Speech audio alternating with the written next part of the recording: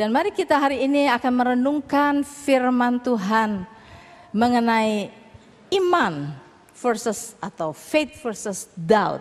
Itu topik yang diberikan kepada saya. Dan kita akan sama-sama belajar, kita akan sama-sama merenungkan hal ini.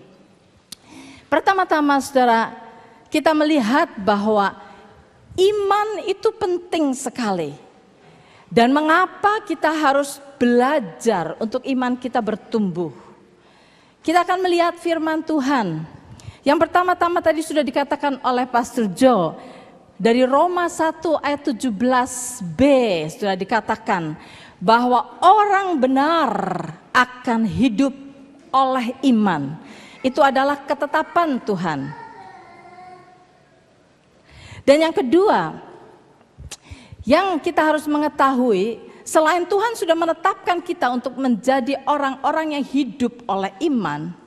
Yang kedua yang kita akan lihat dari Ibrani 11 ayat yang ke-6. Dikatakan di sini, tetapi tanpa iman tidak mungkin orang berkenan kepada Allah. Sebab barang siapa berpaling kepada Allah, ia harus percaya bahwa Allah ada dan bahwa Allah memberi upah kepada orang yang sungguh-sungguh mencari Dia. Jadi iman itu penting sekali. Pertama, Tuhan sudah tetapkan kita harus hidup oleh iman. Kedua, dikatakan bahwa tanpa iman tidak mungkin kita berkenan kepada Allah. Mari saudara, kita bawakan hati kita kepada Tuhan. Bapa, kami bersyukur karena kami percaya Engkau ada di tempat ini, Engkau bertahta di tempat ini. Kami percaya Bapa, Engkau yang memerintah pada saat ini di dalam hati kami satu persatu. Kami mau mempersilahkan Engkau Roh Kudus untuk Engkau sendiri yang mengurapi setiap telinga kami. Dan urapi juga hamba-Mu, mulut bibir hamba-Mu, hati pikiran hamba-Mu. Agar supaya Engkau sendiri yang berbicara. Dan hamba-Mu hanya sebagai alat-Mu Tuhan untuk menyatakan kehendak-Mu hari ini. Bapa silakan agar segala firman yang keluar daripada mulut-Mu tidak akan kembali kepadamu sia-sia. Tetapi akan menghasilkan segala sesuatu yang sudah Engkau tetapkan untuk dihasilkan melalui hidup kami satu persatu. Di dalam nama Tuhan Yesus kami bersyukur. Amin. Nah saudara di sini, jadi iman itu penting sekali. Nah kita perlu belajar setiap hari untuk memperdalam iman kita, untuk membuat iman kita bertumbuh. Nah sekarang saudara, kita akan melihat karena hari ini kita akan membicarakan mengenai iman dan mengenai doubt atau kebimbangan. Nah kalau kita melihat sekarang bimbang, apa yang Alkitab katakan mengenai kebimbangan? Bagi saudara-saudara yang sudah membaca itu devotion yang saya buat, yang sudah diberikan minggu yang lalu, pasti saudara sudah baca, ayat-ayatnya semua ada di situ. Di dalam Yakobus 1, ayat 5 sampai dengan yang ke-8, dituliskan begini. Tetapi apabila di antara kamu ada yang kekurangan hikmat, hendaklah ia memintakannya kepada Allah, yang memberikan kepada semua orang dengan murah hati dan dengan tidak membangkit-bangkit. Maka hal itu akan diberikan kepadanya. Hendaklah ia memintanya dalam iman dan sama sekali jangan bimbang. Sebab orang yang bimbang sama dengan gelombang laut yang diombang-ambingkan kian kemari oleh angin. Orang yang demikian janganlah mengira bahwa ia akan menerima sesuatu dari Tuhan. Sebab orang yang mendua hati tidak akan tenang dalam hidupnya. Sudah lihat di sini. Tadi kita bicarakan mengenai iman, apa firman Tuhan yang mengatakan mengenai iman. Sekarang kita melihat mengenai bimbang. Apa yang firman Tuhan katakan mengenai kebimbangan. Jadi dikatakan bahwa orang yang bimbang itu sama seperti gelombang yang diombang-ambingkan ke kanan dan ke kiri. Dan orang yang demikian dikatakan jangan berharap untuk mendapatkan apapun juga. Jangan mengira bahwa ia akan menerima sesuatu dari Tuhan. Jadi kita lihat di sini saudara, betapa pentingnya untuk kita memperhatikan hati dan pikiran kita.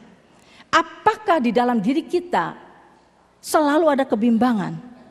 Sebab kalau kita bimbang, Tuhan berkata kita tidak akan mendapatkan apa-apa.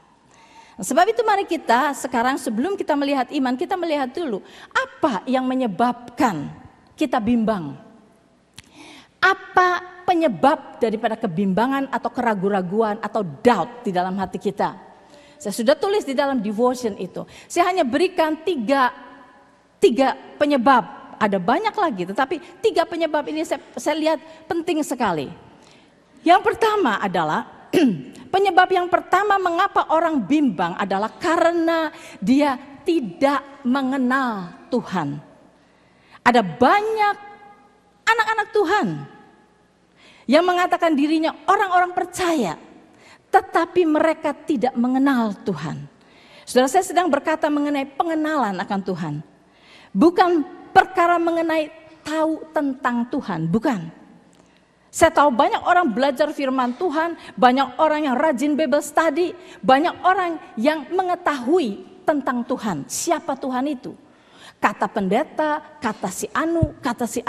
Tetapi saudara, ini bukan tentang Tuhan, tetapi pengenalan pribadi. Dikatakan di dalam Hosea pasal 4 ayat yang ke-6. Umatku binasa karena mereka tidak mengenal Allah. Karena engkaulah yang menolak pengenalan itu. Jadi ada banyak orang yang tidak mau ambil waktu, saudara, untuk mengenal Tuhan. Dan dikatakan karena engkaulah yang menolak pengenalan itu. Mengapa kita menolak pengenalan akan Tuhan? Karena seringkali di dalam pikiran kita berkata, bagaimana sih saya bisa mengenal Tuhan? Tuhan gak kelihatan. Kalau dikatakan untuk mendengar suara Tuhan, bagaimana sih saya bisa mendengar suara Tuhan? Tidak mungkin. Dan karena kita berpikir itu sangat abstrak dan sangat sulit dan tidak masuk akal kita, maka kita tidak mengambil waktu untuk mengenal Tuhan. Kita sudah berpikir tidak mungkin. Karena itu kita neglect, melalaikan persekutuan kita dengan Tuhan.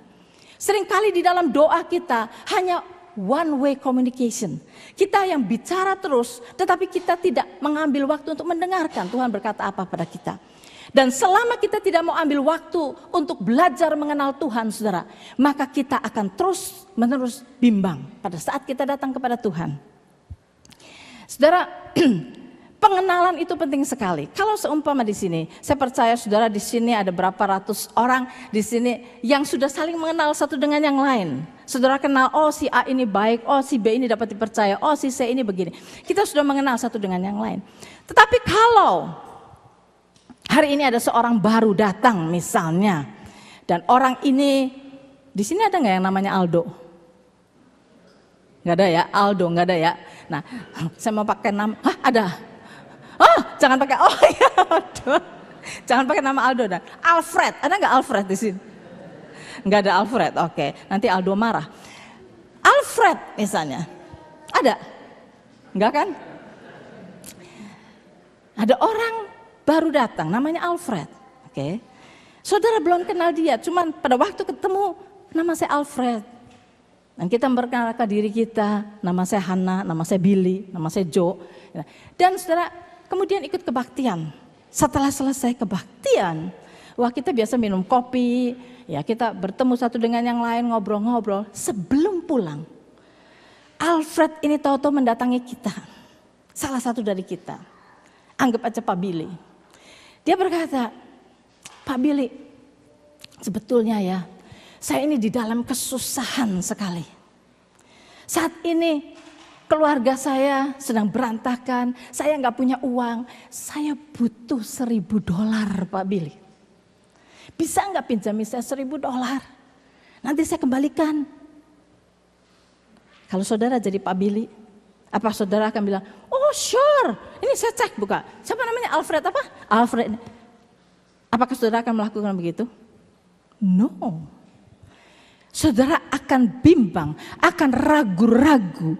Ini orang bisa dipercaya enggak ya? Ini orang dari mana asalnya? Ya, apakah dia punya integriti? Saudara akan ragu-ragu karena saudara nggak kenal dia. Nggak kenal dia. Belum tentu dia orang jahat, saudara.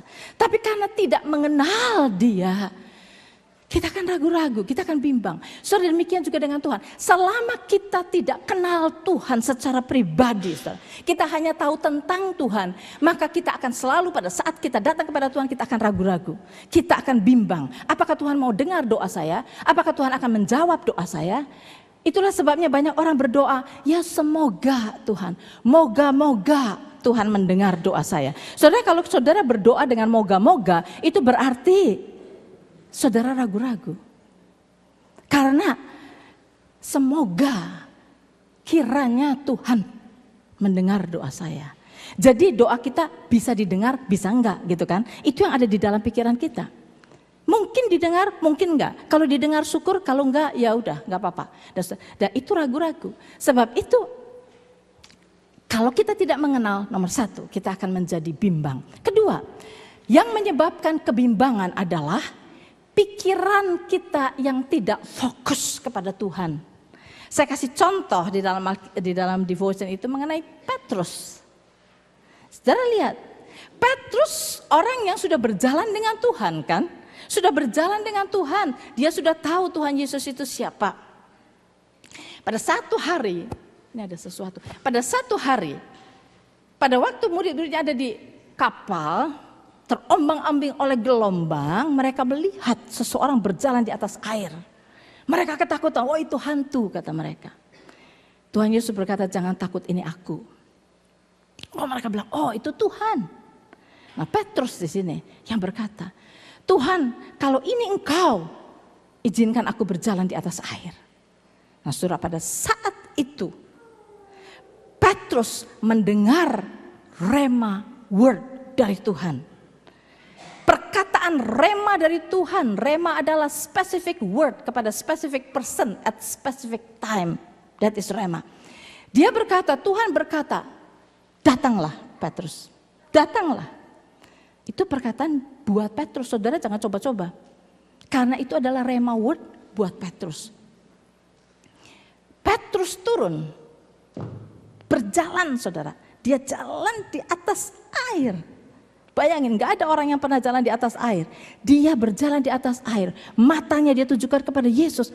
Wow, saya bisa jalan. Entah berapa langkah. Kemudian dia mulai merasakan angin. Merasakan gelombang. Dia mulai menengok ke kanan kiri. Dia mulai kehilangan fokus. Dia tenggelam. Di sini. Saudara, di dalam hidup kita juga. Jikalau fokus kita bukan Tuhan. Jikalau kita melihat si Anu mungkin bisa menolong kita, si Anu mungkin orang kaya, si Anu mungkin orang pinter, saudara kalau pikiran kita kemana-mana, maka kita tidak akan fokus kepada Tuhan. Disitulah kebimbangan akan turun, akan terjadi pada diri kita. Saya tidak kasih ayatnya kalau bisa diberikan. Di dalam Amsal, pasal yang keempat saudara. Di sini yang Tuhan katakan jelas sekali untuk kita fokus. Ayat yang ke-20 sampai dengan 22. Amsal 4 ayat 20 sampai 22 dikatakan, hai anakku, perhatikanlah perkataanku. Arahkanlah telingamu kepada ucapanku. Kalau saudara lihat Bible saudara, garis bawahi kata perhatikanlah. Perhatikanlah perkataanku, fokus kepada perkataanku, arahkanlah telingamu kepada ucapanku, garis bawahi kata arahkanlah. Janganlah semuanya itu menjauh dari matamu, simpanlah itu di lubuk hatimu, perkataan simpan garis bawahi, karena itulah yang menjadi kehidupan bagi mereka yang mendapatkannya dan kesembuhan bagi seluruh tubuh mereka. Terjadi healing saudara, terjadi kehidupan di dalam diri kita. Jikalau kita fokus kepada Dia, fokus kepada firman-Nya. Tetapi kalau kita tidak fokus, maka akan terjadi kebimbangan di dalam diri kita. Yang ketiga yang menyebabkan kebimbangan adalah karena banyak anak-anak Tuhan yang tidak benar-benar mengerti dan mempelajari bagaimana caranya iblis bekerja. Kita seringkali ignore akan bagaimana iblis bekerja. Iblis selalu bekerja dengan suatu siasat. Siasat iblis itu sama terus-menerus. Kalau kita perhatikan dan kita pelajari siasat iblis, maka kita tahu kita tidak akan dikelabui oleh iblis. Bagaimana cara iblis bekerja? Saudara, iblis bekerja itu dengan propaganda atau reklame atau advertensi. Kalau saudara dengan cara seperti advertensi. Kalau saudara melihat, nonton TV saudara ya, lihat satu film yang 2 jam lamanya. Sudah nyalakan TV, lihat film. Oh, setelah sekian menit ada advertensi, ada reklame. Misalnya saudara melihat advertensi mengenai Starbucks. Ya, ini berapa tahun yang lalu misalnya Starbucks sedang membuat sesuatu yang baru. Bukan hanya kopi yang panas, tetapi Starbucks sekarang membuat frappuccino. Nah, frappuccino dengan berbeda-beda flavor. Green tea frappuccino dikasih lihat hijau, saudara. Rasanya enak sekali. Strawberry frappuccino dikasih lihat. Kemudian kopi cappuccino, frappuccino. Nah, saudara dikasih lihat itu, seperti apa? Enak sekali kelihatannya ya. Saudara nggak perhatiin, saudara nggak coba menghafalkan, saudara cuma kelihatan aja. Udah, filmnya terus. Terus lagi. Berapa menit lagi stop? Keluar lagi tuh Starbucks. Frappuccino-nya nongol lagi di situ. Frappuccino-nya. Sudah sebentar lagi main film lagi. Setelah itu frappuccino nongol lagi. Gitu kan? Ya atau iya? Nah, saudara, selama 2 jam saudara nonton film itu, frappuccino itu 12 kali. Oke? Saudara nggak menghafal itu? Nanti 3 hari setelah itu, saudara sedang drive, oke? Pada waktu drive, aduh haus benar ya, hausnya kepengen minum. Tiung, frappuccino nongol di kepala saudara. Saudara bisa ngelihat itu frappuccino. Kalau saudara senang green tea, yang keluar green, saudara. Kalau saudara senang strawberry, yang keluar pink. Nah, saudara nggak lihat TV, tapi frappuccino sudah masuk. Sudah masuk ke dalam diri saudara. Sudah terbayang-bayang. This is the way iblis bekerja dalam hidup kita juga. Saudara, iblis caranya begini. Mau memberikan kepada kita kekhawatiran. Dia beritahukan dari news. Sekarang Ford sedang lay off 1.000 orang. Waduh, Ford lay off 1.000 orang ya. Kemudian sebentar lagi, company ini mulai bankrupt, orang-orang di layoff. Aduh, layoff lagi.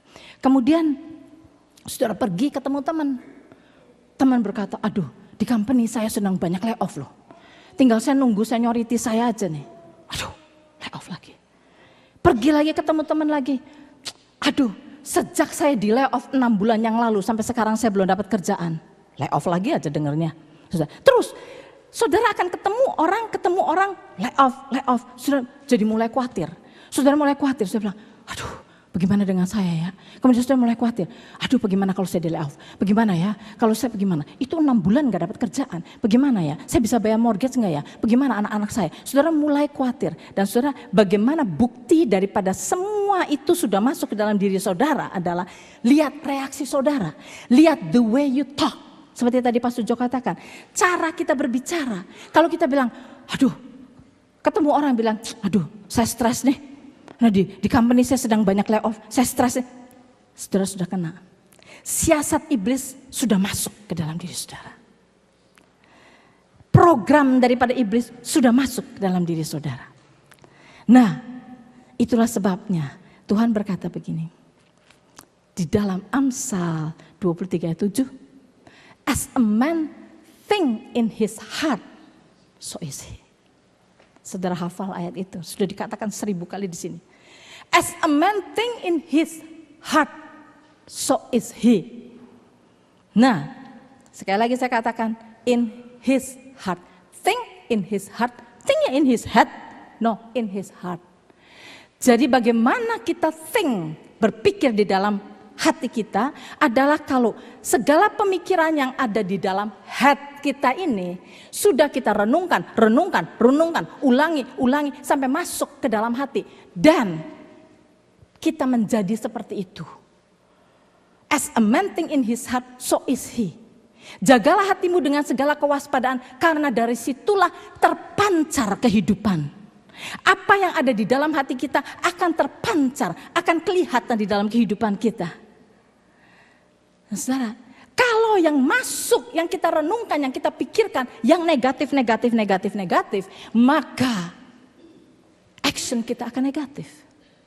Kalau yang kita pikirkan firman Tuhan yang positif, yang keluar action kita positif. Iman. Nah, jadi itu semua tergantung, saudara, dari bagaimana kita berpikir, bagaimana kita mendisiplin pikiran kita. Saudara, di dalam Alkitab ada contoh seorang yang Daud, namanya Thomas, saudara ingat. Thomas disebut the doubter. Orang yang bimbang. Kejadiannya itu padahal dia bersama dengan Yesus. Dia sudah mendengar Yesus berkata bahwa pada hari yang ketiga dia akan bangkit kembali dan sebagainya. Tetapi pada saatnya Yesus bangkit dari kematian, Yesus memperlihatkan dirinya kepada murid-muridnya di dalam suatu ruangan yang tertutup. Thomas tidak ada di situ. Setelah itu pada waktu murid-murid lain itu bertemu dengan Thomas, mereka berkata, Thomas, kami melihat dan bertemu dengan guru. Dengan Yesus kami bertemu. Thomas berkata, sebelum aku melihat lubang di tangannya, sebelum aku mencocokkan tanganku pada lubang itu dan lubang pada lambungnya, aku tidak percaya. Itulah sebabnya Thomas disebut the doubter. Bimbang, tidak percaya. Kebimbangan lead kepada unbelief, saudara. Kalau kita tidak deal dengan kebimbangan kita, akan terusannya menjadi unbelief. Kita menjadi orang yang tidak percaya. Nah, Thomas tidak percaya. 8 hari kemudian, pada waktu murid-muridnya semua ada di dalam satu ruangan, tertutup, Tuhan Yesus datang. Dia berkata, damai sejahtera atasmu. Kemudian yang pertama diajak ngomong, Thomas. Dia berkata, Thomas, ini tanganku. Cocokkan jarimu ke dalam tanganku. Thomas kaget. Di situ dia berlutut dan berkata, Tuhanku dan Allahku. Saudara, banyak orang doubt. Karena apa? Merasa bahwa hal itu tidak masuk akal. Karena itu saya enggak percaya. Saya hanya percaya apa yang masuk akal saya. Saya hanya percaya kalau saya lihat. Kalau saya melihat bukti baru saya percaya. Saya sudah pernah berkata berkali-kali. Perkataan Saint Augustine bagus sekali. Yang berkata bahwa seek not to understand that you may believe. But believe that you may understand. Jangan kita menunggu dulu sampai kita ngerti dulu baru kita percaya. Saudara, Tuhan terlalu besar. Otak kita terlalu kecil untuk mengerti siapa Tuhan.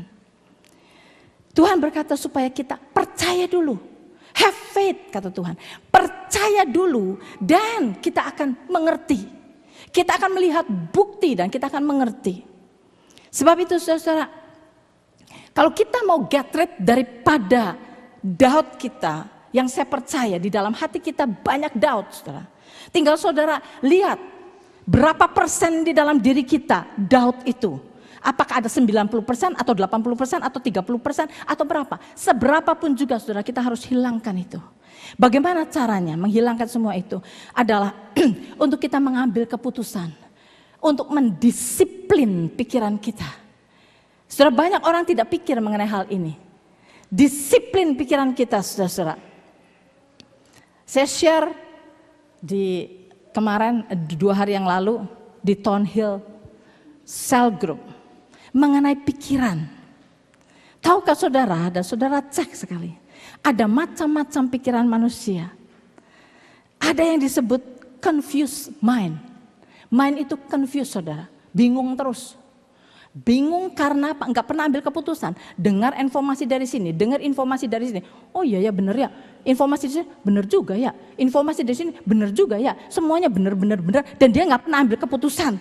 Mana yang paling benar dari benar. Dan saudara, kita seringkali mind kita confused. Pada saat kita menghadapi problem, bingung kita. Yang mana yang saya mesti percayai? Kata dia atau kata dia atau kata confused. Ada banyak orang yang mempunyai confused mind. Ada banyak orang yang mempunyai anxious mind. Anxious itu adalah kekhawatiran akan masa depan. Banyak orang yang mempunyai anxious mind. Bagaimana kalau anak saya nanti kena drug? Bagaimana kalau saya nanti kena cancer? Bagaimana nanti kalau saya dipecat? Anxious mind. Sudah memikirkan kekhawatiran di masa depan. Ada banyak orang yang mempunyai unbelief mind. Nggak percaya, masa sih bisa gitu? Mana mungkin Tuhan bisa tolong kalau saya di dalam keadaan gini? Mana mungkin keadaannya begini? Unbelief. Ada orang yang mempunyai judgmental mind. Selalu menghakimi orang. Judgmental mind. Jangan dibiarkan, saudara. Tuhan bilang, don't judge. Judgment itu belong to God. Ada orang yang mempunyai passive mind. Passive mind. Mindnya pasif, saudara. Dengar khotbah, ya dengar aja. Udah kelar, hehe. Bagus ya. Jadi, mainnya nggak jalan. Relax terus mainnya. Ada orang yang mempunyai passive mind. Ada orang yang punya wandering mind. Mainnya wandering, terus jalan-jalan mikir anu. Dan saudara, kalau pikiran kita kemana-mana, berkeliaran, saudara, kita nggak punya pemikiran yang benar. Yang kita perlukan adalah the mind of Christ. Pikiran Kristus. Pikiran Kristus. Nah, untuk kita mempunyai pikiran Kristus, saudara, kita harus get rid dari segala cara kita berpikir yang lain-lain. Saudara selidiki, what kind of mind yang ada pada diri saudara. Discipline your mind, saudara. Itu harus ada kemauan dari diri kita. David, suatu contoh. David pada saat dia di dalam keadaan so stres, keadaan yang tertekan, dia berkata begini, hai jiwaku, pujilah Tuhan. Dia komen jiwanya. Sudah di dalam jiwa, pikiran itu ada di dalam jiwa. Hai jiwaku, pujilah Tuhan. Itu adalah suatu keputusan.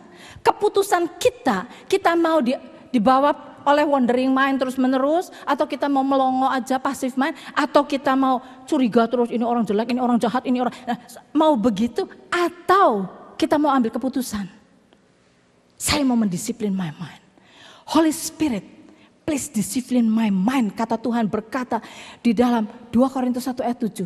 Bahwa Tuhan tidak pernah memberikan kepadamu roh ketakutan. Roh yang Tuhan berikan kepada kita adalah roh yang memberikan kuasa, kasih, dan disiplin mind. Sound mind is discipline mind. Jadi saudara, roh Tuhan sudah disediakan bagi kita. Asal kita minta, Tuhan disiplin my mind. Supaya saya hanya memikirkan apa yang Engkau ingin saya pikirkan. Discipline your mind, saudara. Supaya kita mempunyai the mind of Christ. Nah, saudara, kalau kita mau mengambil keputusan bahwa apa yang saya izinkan masuk ke dalam pikiran saya hanyalah yang dari Tuhan. Kalau kita sudah ambil keputusan bahwa saya hanya ingin mempunyai the mind of Christ, maka saudara, every single thing yang datang kepada kita, yang negatif, yang bukan dari Tuhan, kita gampang sekali kita usir. Saya tidak mau pikirkan itu, saya mau hanya memikirkan apa yang dari Tuhan. Dan dari situ saudara, makin hari iman kita makin diperkuat. Firman Tuhan, janji-janji Tuhan, itu yang kita fokus kepada siapa Tuhan adanya. Kalau dikatakan di dalam Ibrani, tetapi tanpa iman tidak mungkin orang berkenan kepada Allah. Sebab barang siapa berpaling kepada Allah, ia harus percaya bahwa Allah ada. Perkataan ada di sini bukan berarti exist, bukan. That God is. Kita harus tahu, percaya kepada keberadaan Allah, kepada siapa Dia adanya. Bukan hanya Allah ada, bukan. Tetapi keberadaannya, the existence of God yang maha kuasa, yang maha kasih, yang maha murah, yang maha caring, yang maha pengampun. Yang kita tahu siapa keberadaan Allah. Kita tahu keberadaan Allah. Kita harus percaya kepada siapa Allah adanya. Barang siapa berpaling kepada Allah, kepada Tuhan, kita harus percaya Tuhan sebagaimana Dia adanya. Keberadaan Allah. Dan Tuhan berkata, kita percaya Tuhan akan memberikan upah kepada orang yang sungguh-sungguh mencari Dia. Jadi pada waktu kita datang kepada Dia, di dalam memberikan permohonan kepada Tuhan, atau di dalam meminta pertolongan Tuhan, atau apapun juga, kita harus percaya Tuhan ini adalah Tuhan yang mengasihi kita. Kita harus percaya pada waktu datang bahwa Tuhan mau mendengarkan kita. Dia adalah Bapa kita yang ingin bersekutu dengan kita. Kita tahu keberadaan Allah. Sehingga kita gak bilang, aduh saya mau doa tapi mana Tuhan ada waktu dengerin saya ya. Mana mungkin saya gak important ya di mata Tuhan ya. Gak ada keraguan-raguan seperti itu. Karena kita tahu siapa Tuhan kita. Tuhan yang baik, Tuhan yang eager untuk bertemu dengan kita. Nah saudara-saudara, iman hanya timbul melalui pendengaran akan firman Kristus. Firman Kristus ini adalah rema. The rema word of God. Jadi berarti pada saat saudara membaca firman ini, minta the Holy Spirit to speak kepada saudara. Sehingga walaupun saudara membaca, tetapi akan keluar dari firman ini, berbicara spesifik kepada saudara, that is rema. Itulah yang memberikan kehidupan kepada kita. Bukan hanya seperti membaca Quran, saudara, bukan. Tetapi minta, kita harus tahu ini adalah Roh Kudus yang berbicara. Dan kita minta supaya Roh Kudus menerangkan kepada kita. Sehingga kita mendapatkan sesuatu dari Roh Kudus yang spesifik untuk kita hari itu. Yang berbicara kepada kita dan memberikan kehidupan kepada kita. Dan itu akan menjadi rema. Dan rema itu yang akan menghasilkan iman di dalam diri kita. Iman. Nah, saudara, iman adalah now. Iman itu bukan ya moga-moga nanti, semoga nanti. Iman is now. Pengharapan itu later. Iman is now. Saya kasih contoh. David, saudara. David adalah orang yang bersekutu dengan Tuhan. Dekat dengan Tuhan. Sejak dia muda, saudara. Dia mengembalakan kambing domba, dia bawa kecapi. Di sana dia mainkan kecapi, worshiping Tuhan. Dia mengenali Tuhannya. Dia mengetahui siapa Tuhannya. Dia mengasihi Tuhan. Dia dekat dengan Tuhan. Itulah sebabnya saudara, di samping Yesus hanya satu orang yang Bapa katakan, a man after God's own heart, yaitu David. David adalah orang yang mau mendekat kepada Tuhan, yang mau mengenali Tuhan. Orang yang worship Tuhan. Nah saudara, dia dekat dengan Tuhan, dia kenal Tuhan, dia punya iman yang kuat. Satu hari, dia disuruh oleh ayahnya, pergi kepada saudara-saudaramu, bawa makanan ini ke medan perang. Saudaramu ada di medan perang, saudara tahu cerita ini.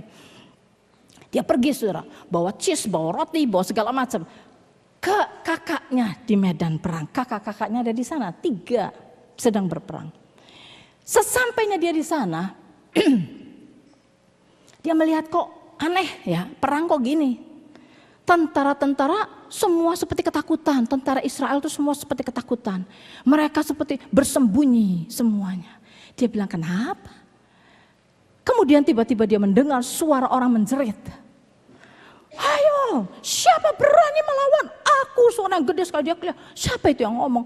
Oh, ada satu raksasa, Goliat, menantang orang Israel. Siapa yang berani berperang dengan dia? Kalau kamu menang, kami jadi budakmu. Kalau kami menang, kamu menjadi budakku.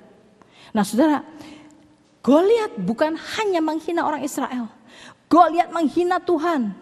Goliat mencemoohkan, merendahkan orang Israel. Nah saudara, Daud datang, dia bingung kok ini kenapa ini orang semua ketakutan. Dan dia ini kurang ajar, benar ini orang. Ngomong seenaknya aja gitu. Saudara, apa yang keluar dari mulut Daud? Yang pertama, saudara perhatikan. Daud pada waktu datang, itu ada di dalam Samuel 17. Pada waktu Daud datang ke situ, yang keluar dari mulut Daud, perkataan begini. Apa yang akan diberikan kepada orang yang mengalahkan dia? Dia tidak berkata, saya kira-kira bisa kalahkan dia enggak ya? No, saudara. Iman is now. Dia sudah tahu bahwa dia sudah menang atas Goliat. Yang dia tanya sekarang, upahnya apa? Apa saya dapat apa? Nah, tentara itu berkata, orang yang menangkan dia akan dapat anaknya Saul, akan menikah dengan anak Saul, akan diberi ini, akan diberi ini, akan diberi. Oh gitu toh. Oke. Saya maju. Saudara lihat, dia tahu pasti dia sudah menang atas Goliat. Sebab pada waktu dia mengalahkan singa, pada waktu dia mengalahkan beruang, pada waktu dia mengalahkan segala binatang yang menyerang domba-dombanya, dia tahu dia maju dengan kekuatan Tuhannya. Dia tahu bahwa kekuatannya mengalahkan semua itu adalah kekuatan Tuhan. Itulah sebabnya dia sekarang berani maju. Dan saudara, perkataan orang yang beriman, saudara, punya power yang besar sekali. Saudara bisa bayangkan, Daud anak muda, saudara, cuma nanya sama beberapa tentara di situ, apa yang diberikan kepada orang yang mengalahkan dia? Perkataan itu powerful sampai didengar oleh Raja Saul. Perkataan orang yang beriman has power. Sampai Saul mendengar dan Saul bilang, panggil itu anak, bawa ke sini. Daud sampai kepada Saul.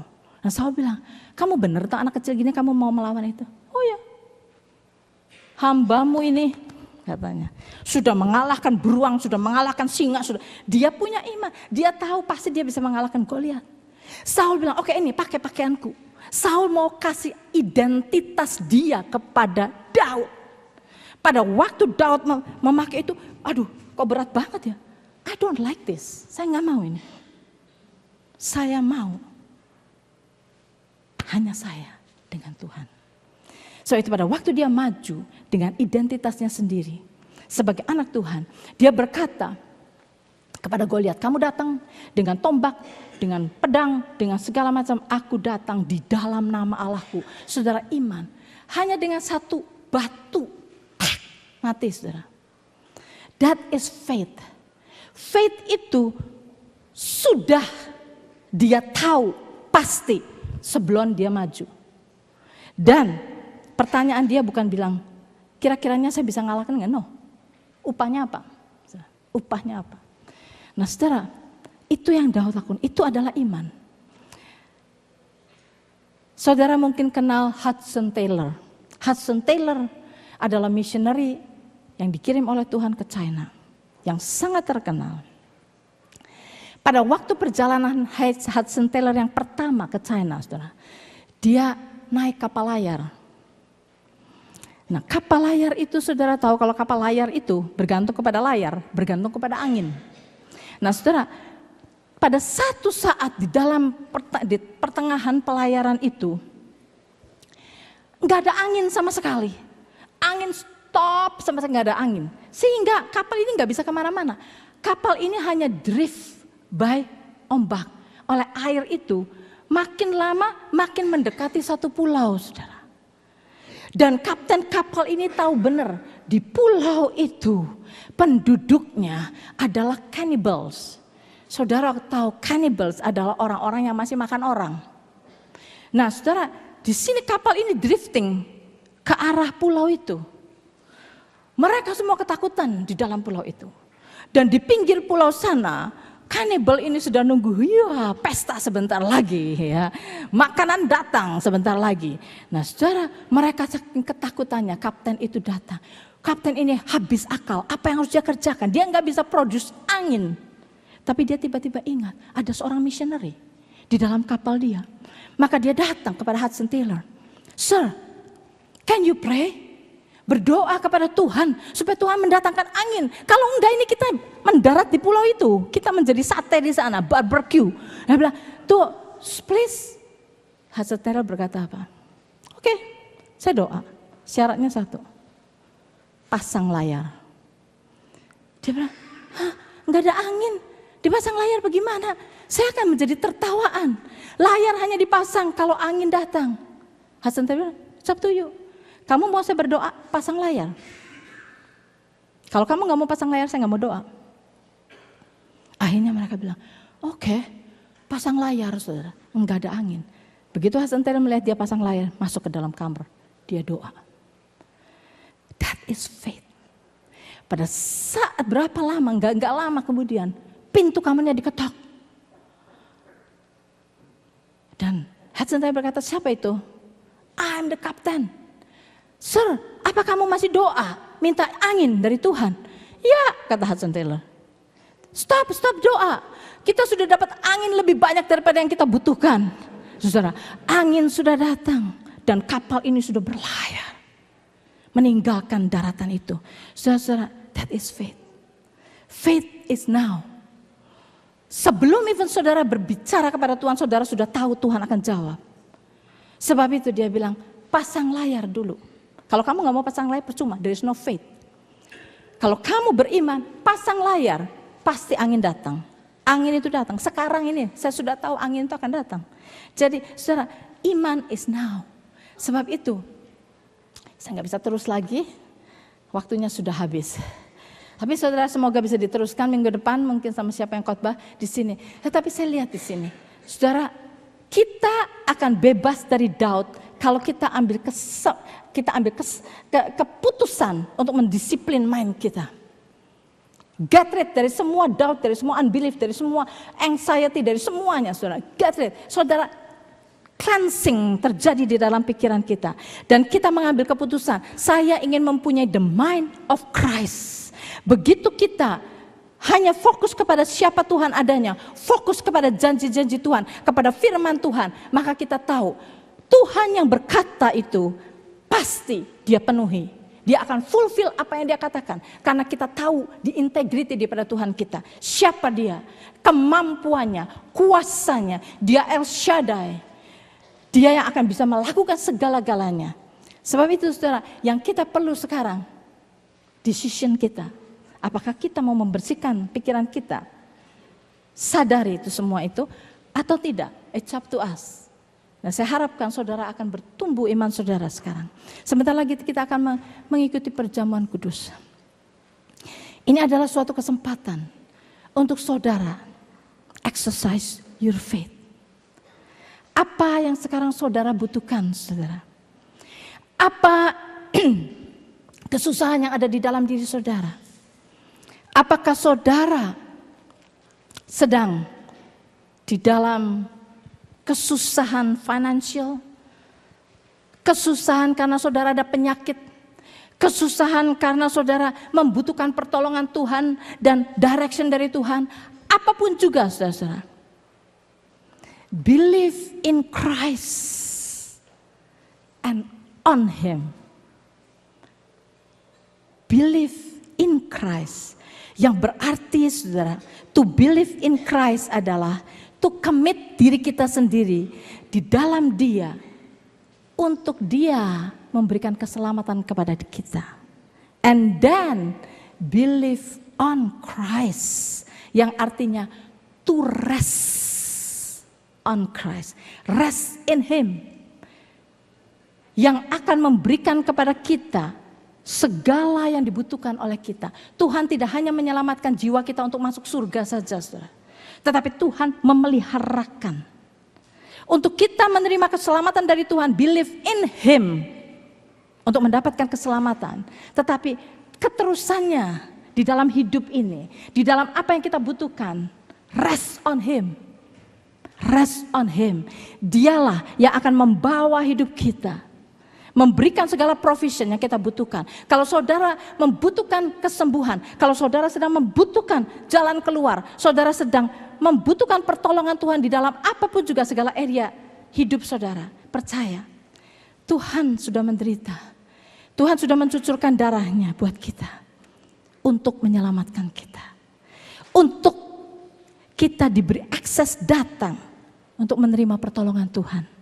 Sebab itu pada waktu kita mengikuti perjamuan kudus ini, saudara, marilah kita imani bahwa pertolongan Tuhan datang ke dalam hidup saudara. Sebelum ibu saudara mengambil roti dan minum, percaya bahwa pertolongan Tuhan sedang datang, sudah datang kepada saudara semua. Sebab itu pada waktu semua yang menyiapkan, yang sudah diberi tugas untuk melayani perjamuan kudus ini maju ke depan, kita nyanyikan lagu. Tak terbatas kuasa-Mu Tuhan, semua dapat Kau lakukan.